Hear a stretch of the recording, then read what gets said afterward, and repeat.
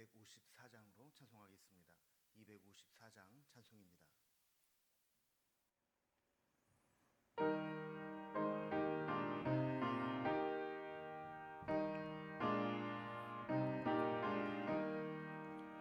내 주의 보혈은 정하고 정하다.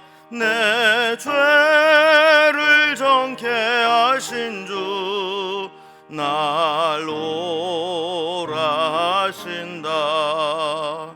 내가 주께로 지금 가오니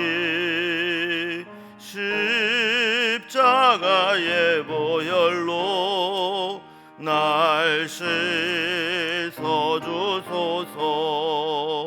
약하고 추해도 주께로 나가면 힘 주시고 내 주함을 곧 씻어주시네. 내가 주께로 지금 가오니 십자가의 보혈로 날 씻어주소서. 나로라 하심은 온전한 믿음과 또 사랑함과 평안함 다 주려 함이라. 내가 주께로 지금 가오니 십자가의 보혈로 날 씻어주소서. 큰 죄인 복받아 살 길을 얻었네. 한없이 넓고 큰 은혜 베풀어 주소서. 내가 주께로 지금 가오니 십자가의 보혈로 날 씻어주소서. 그 피가 맘속에 큰 증거 됩니다. 내 기도 소리 들으사 다 허락하소서. 내가 주께로 지금 가오니 십자가의 보혈로 날 씻어주소서.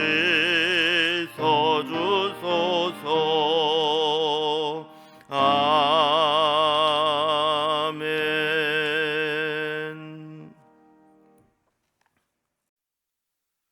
하나님 말씀은 누가복음 24장 13절에서 35절까지 말씀입니다. 누가복음 24장 13절에서 35절까지 말씀을 제가 봉독하겠습니다. 그날에 그들 중 둘이 예루살렘에서 25리 되는 엠마오라 하는 마을로 가면서 이 모든 된 일을 서로 이야기하더라. 그들이 서로 이야기하며 문의할 때에 예수께서 가까이 이르러 그들과 동행하시나 그들의 눈이 가리어져서 그인 줄 알아보지 못하거늘 예수께서 이르시되 너희가 길 가면서 서로 주고받고 하는 이야기가 무엇이냐 하시니 두 사람이 슬픈 빛을 띠고 머물러 서더라. 그 한 사람인 글로바라 하는 자가 대답하여 이르되 당신이 예루살렘에 체류하면서도 요즘 거기서 된 일을 혼자만 알지 못하느냐. 이르시되 무슨 일이냐. 이르되 나사렛 예수의 일이니 그는 하나님과 모든 백성 앞에서 말과 일에 능하신 선지자이거늘 우리 대제사장들과 관리들이 사형 판결에 넘겨주어 십자가에 못 박았느니라. 우리는 이 사람이 이스라엘을 속량할 자라고 바랐노라. 이뿐 아니라 이 일이 일어난 지가 사흘째요. 또한 우리 중에 어떤 여자들이 우리로 놀라게 하였으니 이는 그들이 새벽에 무덤에 갔다가 그의 시체는 보지 못하고 와서 그가 살아나셨다 하는 천사들의 나타남을 보았다 함이라. 또 우리와 함께한 자 중에 두어 사람이 무덤에 가 과연 여자들이 말한 바와 같음을 보았으나 예수는 보지 못하였느니라 하거늘 이르시되 미련하고 선지자들이 말한 모든 것을 마음에 더디 믿는 자들이여 그리스도가 이런 고난을 받고 자기의 영광에 들어가야 할 것이 아니냐 하시고 이에 모세와 모든 선지자의 글로 시작하여 모든 성경에 쓴 바 자기에 관한 것을 자세히 설명하시니라. 그들이 가는 마을에 가까이 가매 예수는 더 가려 하는 것 같이 하시니 그들이 강권하여 이르되 우리와 함께 유하사이다. 때가 저물어 가고 날이 이미 기울었나이다 하니 이에 그들과 함께 유하러 들어가시니라. 그들과 함께 음식 잡수실 때에 떡을 가지사 축사하시고 떼어 그들에게 주시니 그들의 눈이 밝아져 그인 줄 알아보더니 예수는 그들에게 보이지 아니하시는지라. 그들이 서로 말하되 길에서 우리에게 말씀하시고 우리에게 성경을 풀어주실 때에 우리 속에서 마음이 뜨겁지 아니하더냐 하고 곧 그때에 일어나 예루살렘에 돌아가 보니 11 제자 및 그들과 함께한 자들이 모여 있어 말하기를 주께서 과연 살아나시고 시몬에게 보이셨다 하는지라. 두 사람도 길에서 된 일과 예수께서 떡을 떼심으로 자기들에게 알려주신 것을 말하더라. 아멘. 우리 어제는 부활주일을 보내고 오늘 부활 후 첫날을 시작합니다. 오늘 살펴볼 말씀은 이제 부활이라고 하는 역사적 사실이 부활신앙으로 연결되지 못할 때 어떤 결과가 나타날 수 있는가 하는 것을 보여줍니다. 십자가의 죽음만 보고 부활을 믿지 못하는 자는 낙심하고 의욕을 잃어버리고 다시 예수님 만나기 이전의 모습으로 돌아가기 쉽습니다. 낙심은 우리의 영적인 눈을 가립니다. 그래서 주님과 함께 하면서도 전혀 알아보지 못하게 만듭니다. 그러나 주님은 그들과 동행하시면서 차근차근 말씀으로 주님의 부활을 설명해 주시고 깨우쳐 주십니다.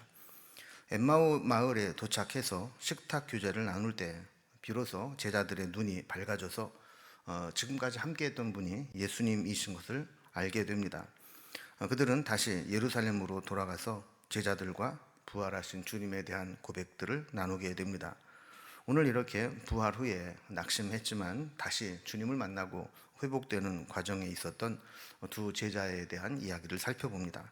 오늘 본문의 구조를 살펴보면 먼저 13절에서 17절까지는 예수님의 죽으심만 보고 낙심하여 고향으로 돌아가는 제자들에게 부활한 후 나타나신 예수님의 모습이 나옵니다.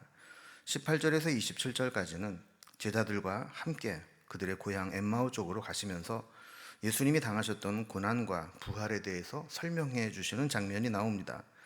28절에서 35절까지는 그들과 함께 떡을 떼시며 축복하시면서 저들을 회복시켜서 저들이 다시 예루살렘으로 돌아가게 되는 장면이 기록되어 있습니다. 자, 그럼 먼저 첫 번째 단락을 봅니다.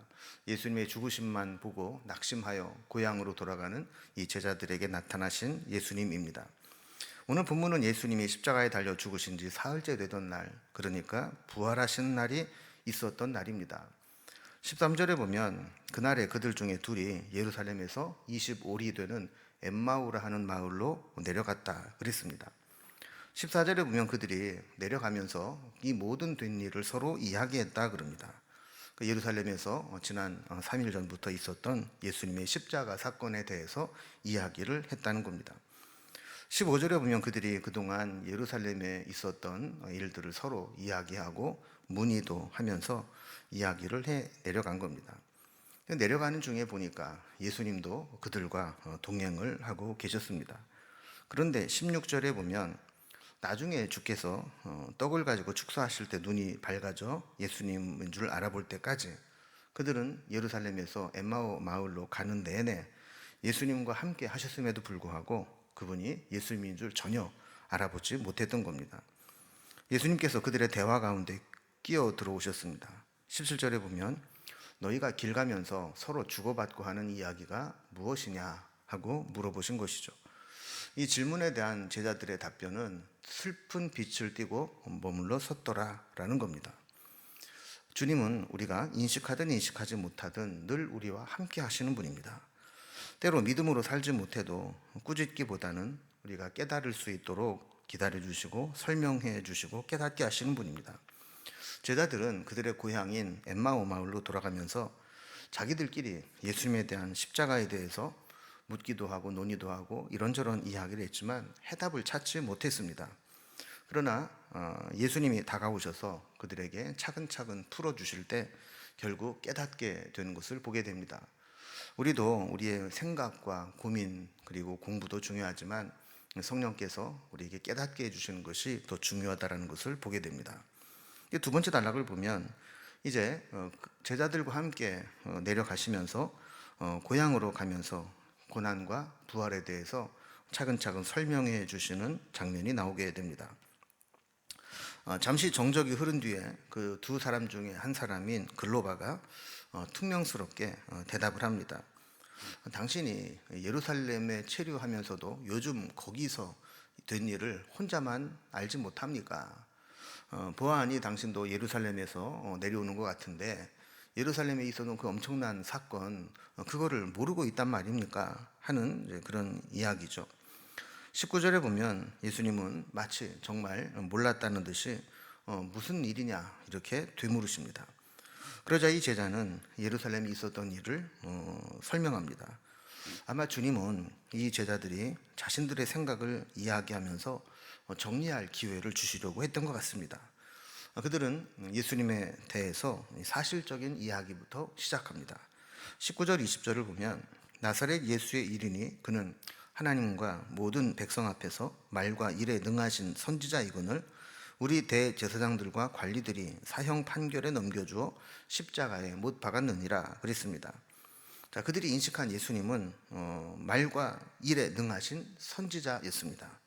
그런데 대제사장과 관리들이 예수님을 십자가에 못 박았다고 이야기를 하는 것이죠. 자, 그렇게 되니까 혹시나 하면서 예수님을 따르고 기대했던 모든 기대가 물거품처럼 사라지게 된 겁니다. 또한 그들이 예수님께 품었던 기대감을 이렇게 이야기합니다. 21절에 보면 우리는 이 사람이 이스라엘을 속량할 자라고 바랐노라. 이뿐 아니라 이 일이 일어난 지가 사흘째요 그랬습니다. 그들이 예수님을 바라보면서 기대했던 것은 이스라엘을 속량할 자로 바랬다는 겁니다. 여기서 이스라엘을 속량한다라고 하는 것은 하나님 나라의 관점이 아니라 이 땅의 나라에 대한 이야기입니다. 마치 애굽에서 종살이하던 백성들을 해방시킨 것처럼 지금 로마의 압제에 있었던 저들을 벗어나게 해줄 자라고 기대했다라는 겁니다. 그런데 그 예수님이 죽고 나니 벌써 이 일이 일어난 지 사흘째라 하면서 그들이 예수님에 대한 기대가 무참히 짓밟히고 이제는 다 끝났다라는 절망감을 느끼게 되었다 하는 대화입니다. 그 다음에 자기네들도 이해하기 힘든 이상한 이야기 들은 것에 대해서 이야기를 이어갑니다. 22절과 23절을 보면 또한 우리 중에 어떤 여자들이 우리로 놀라게 하였으니 이는 그들이 새벽에 무덤에 갔다가 그의 시체는 보지 못하고 와서 그가 살아나셨다 하는 천사들의 나타남을 보았다 함이라 그랬습니다. 자, 분명히 어떤 여인들이 자신들이 경험한 이야기를 들려주는데 십자가에서 죽은 것까지는 확인을 했습니다. 근데 여인들이 새벽에 그 무덤에 가서 보니 시체는 보지 못하고 천사만 남아있는데 그 천사가 그가 다시 살아났다라는 말을 전해주었다는 겁니다. 그 당시에는 이 여인들의 증언은 합법적 증거로 채택하지 않았습니다. 그 정도로 여자들이 사회에서 인정을 받지 못하던 그런 시기였죠. 그래서 이 여자들이 이 새벽에 무덤에 갔는데 시신이 없어졌고 그 자리에 천사가 그 예수님이 살아났다 하는 말을 전했다 그럴 때 놀라긴 했지만 그 말을 믿지는 못했다라는 겁니다. 24절에 보면 혹시나 해서 제자들 중 두어 사람이 그 여자들이 한 말을 검증하기 위해서 무덤에 가서 확인을 해 보았지만 무덤은 비어 있었고 예수님을 보지는 못했다고 이야기를 합니다. 자, 그러자 이제 예수님은 그들의 들은 이야기에 대해서 해설을 해 주십니다. 25절부터 27절까지 보면 이르시되 미련하고 선지자들이 말한 모든 것을 마음에 더디 믿는 자들이요 그리스도가 이런 고난을 받고 자기의 영광에 들어가야 할 것이 아니냐 하시고 이에 모세와 모든 선지자의 글로 시작하여 모든 성경에 쓴 바 자기에 관한 것을 자세히 설명하시니라 그랬습니다. 그러니까 예수님은 제자들에게 선지자들이 모세로부터 말씀하시고 예언했던 것, 이것이 예수님의 죽음과 부활로 성취되었다. 성경은 예수님에 관한 이야기다라는 사실을 하나하나 풀어서 설명해 주었다는 겁니다. 자, 이렇게 대화를 마치고 나서 세 번째 단락을 보면 이제 예수님이 그들과 함께 엠마오 마을로 들어가서 떡을 떼시게 되는데, 이때 그들이 눈이 회복되어서 예수님 줄 알아보게 되었고 다시 예루살렘으로 돌아가서 예수님의 제자들을 만나게 되는 이야기가 나옵니다. 대화를 나누면서 계속 길을 가고 있는데 28절에 보면 이제 엠마오 마을로 들어갈 때가 되었다는 겁니다. 그러니까 큰 대로에서 이제 엠마오 마을로 들어가는 갈림길이 가까이 왔다라는 것이죠. 이제 자기네들은 자기 목적지인 엠마오 마을로 들어갈 때가 되었는데 예수님은 계속 앞으로 가실 것 같은 느낌이 드는 겁니다. 그래서 말씀을 듣다가 29절에 보면 예수님께 강권하면서 이야기합니다. 우리와 함께 가십시다. 날도 저물었으니 자기네 마을에 가서 유하고 떠나시도록 그렇게 요청을 한 겁니다. 30절에 보면 예수님은 그들과 함께 가서 음식을 잡수시는데 마치 성찬을 하시듯이 떡을 가지고 축사하시고 떼어서 그들에게 나누어 주셨습니다. 식사를 하는데 그제야 이 엠마오 마을의 두 제자가 눈이 밝아지게 됩니다. 얼마 전까지는 그들의 눈이 가리워졌다 그랬습니다. 그래서 예수님과 그 먼 길을 25리 되는 길을 함께 걸어오면서 옆에서 대화를 나누면서도 예수님인 줄 전혀 알아보지 못했던 자들이 31절에 보면 이제야 그들의 눈이 밝아져서 예수님인 줄 알아보게 되었습니다. 그런데 눈이 밝아지자마자 예수님은 그들에게 보이지 않고 어디론가 사라지셨습니다. 그들은 안타까운 마음으로 서로 그런 이야기들을 주고받습니다. 32절에 보면 그들이 서로 말하되 길에서 우리에게 말씀하시고 또 우리에게 성경을 풀어 주실 때에 우리 속에서 마음이 뜨겁지 아니하더냐 그랬습니다. 예수님의 죽으심으로 낙심하고 절망에 빠져 슬픔에 잠겼던 제자들이 주님의 말씀을 들으면서 그분이 눈이 가려서 어떤 분인지는 분별하지 못했지만 어쨌든 말씀을 들을 때 그들의 마음이 뜨거워지고 다시 은혜를 깨닫게 되는 경험을 했던 겁니다. 우리를 다시 회복시키는 것은 말씀입니다. 말씀이 들려지면서 깨닫기 시작할 때 우리의 심령은 다시 뜨거워지게 됩니다. 우리도 말씀을 대할 때 마음이 뜨거워지는 것을 체험할 수 있기를 바랍니다. 마음이 뜨거워지자 제자들은 가만히 있을 수가 없었습니다. 이미 날이 저물고 늦은 시간이었지만 그들은 다시 예루살렘으로 돌아갑니다. 그래서 11 제자들이 모여있는 그 자리로 찾아가게 됩니다. 그리고 그들이 만난 예수님을 전하게 됩니다. 그러자 그들도 주님이 부활하셔서 베드로에게 보이셨다 하는 이야기를 나누게 되죠. 자, 이렇게 예루살렘으로 다시 갔다는 것은 사명의 자리로 돌아갔다는 겁니다. 낙심하여 모든 것을 포기하고 고향으로 내려갔던 이 두 제자가 예수님을 만나고 나서 부활을 체험하고 다시 사명의 자리로 돌아간 것이죠. 오늘 이 엠마오 마을로 돌아가는 이 두 제자의 모습을 우리가 살펴보면서 우리도 부활 이후에 다시 하나님 말씀으로 우리를 채우고 우리의 심령이 뜨거워져서 주님이 원하시는 삶의 자리로 나아갈 수 있기를 주님의 이름으로 기원합니다. 기도하겠습니다. 하나님 아버지, 엠마오 마을로 가는 두 제자는 예수님이 부활하신 날 그 부활을 믿지 못하고 기다리지 못해 낙심하고 돌아갔던 것을 보게 됩니다.